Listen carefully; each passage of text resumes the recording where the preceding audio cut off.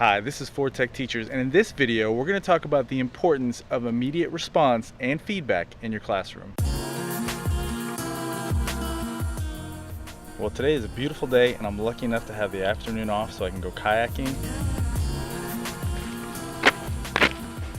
So it's March. I am upset with myself that I forgot to put on sunscreen, but it's about 80 something degrees out right now.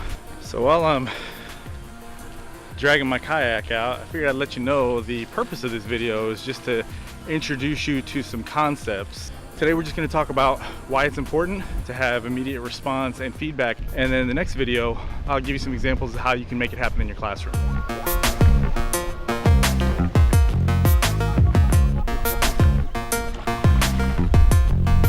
Well, I'm finally on the water. I love spending time on the kayak. And I think at this point I should let you know that anything I talk about, I'm going to put down in links in the notes down below. So if you have any questions about some of the things I talk about, check out down there and you can find out.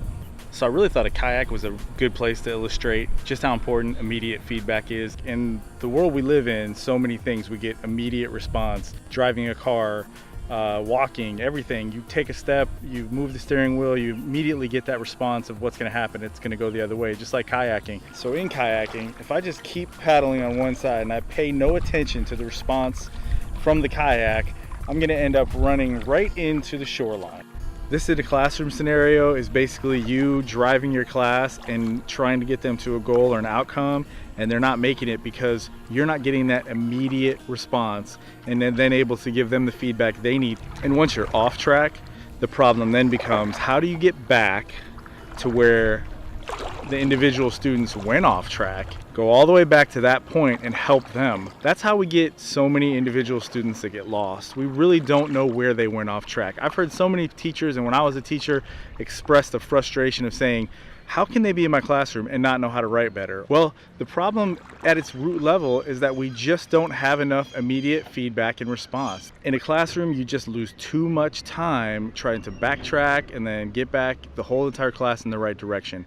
You're definitely gonna leave some kids behind in that scenario, and that's what happens, unfortunately, all too often. There's actually a lot of research that's been done to show that getting immediate response and giving feedback right away to students is one of the most effective ways to get students to understand a concept, and I'll put the links down below.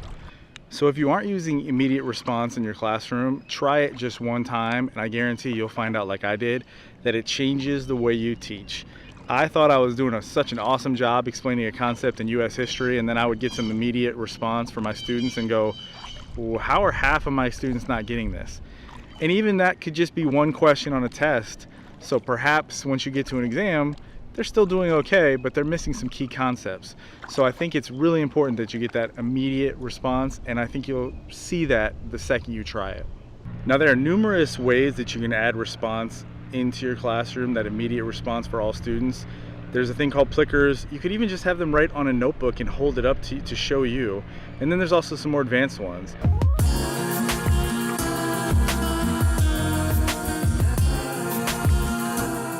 And in my next video, I'm going to go into some detail on how you can start making that happen in your class. Once again, if you like the video, go ahead and hit the like button down below. That just allows more people to find it in the search.